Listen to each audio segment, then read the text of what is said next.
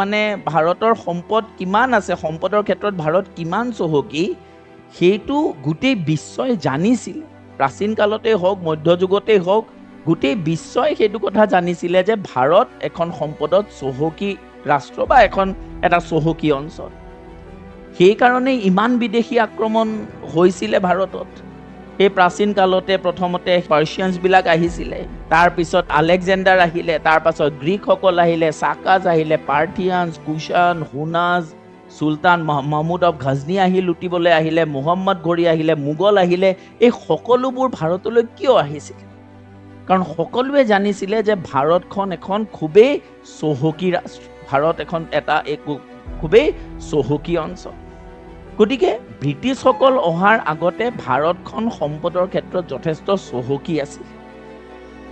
কিন্তু যেতিয়া ব্ৰিটিছে ভাৰত এৰি যায়, তেতিয়া ভাৰত আটাইতকৈ দুখীয়া অঞ্চলসমূহৰ ভিতৰত অন্যতম হৈ ৰয়।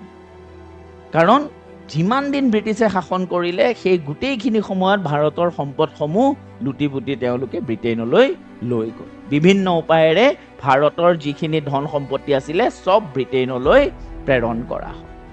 আৰু সেই কথাটোকে ড্ৰেইন অফ ৱেল্থ থিয়ৰীৰ যোগেদি দাদাভাই নৰজীয়ে মানুহক বুজাবলৈ চেষ্টা কৰিছিল।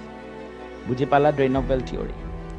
এতিয়া ড্ৰেইন অফ ৱেল্থ থিয়ৰীটো যেতিয়া প্ৰথমবাৰৰ কাৰণে প্ৰকাশ পালে, তেতিয়া আন বহুতো লোকে বুজি পালে যে হয় এইটোৱে হৈ আছে। আন বহুতো সেইখিনি সময়ৰ নেতা বা সেইখিনি সময়ৰ বুদ্ধিজীৱীয়ে এইটোত আৰু অধিক অধ্যয়ন কৰিলে। অধ্যয়ন কৰি তেওঁলোকেও উপলব্ধি কৰিলে যে এইটোৱে হৈ আছে। আৰু যেতিয়া লাহে লাহে সেই বুদ্ধিজীৱী শ্ৰেণীটোৱে বুজিব পাৰিলে যে কেনেকৈ ভাৰতৰ সম্পদসমূহৰ শোষণ কৰা হৈছে, তেতিয়া তেওঁলোকৰ মনত ক্ষোভ বৃদ্ধি পাবলৈ ধৰিলে। আৰু এই ক্ষোভৰ কাৰণেই ভাৰতৰ বিভিন্ন অঞ্চলত বাস কৰা লোকসকল একগোট হ'বলৈ আৰম্ভ কৰিলে। গতিকে এই অৰ্থনৈতিক শোষণটো এটা কাৰণ হয়, যাৰ ফলত ভাৰতত জাতীয়তাবাদৰ উত্থান দেখিবলৈ পোৱা যায়।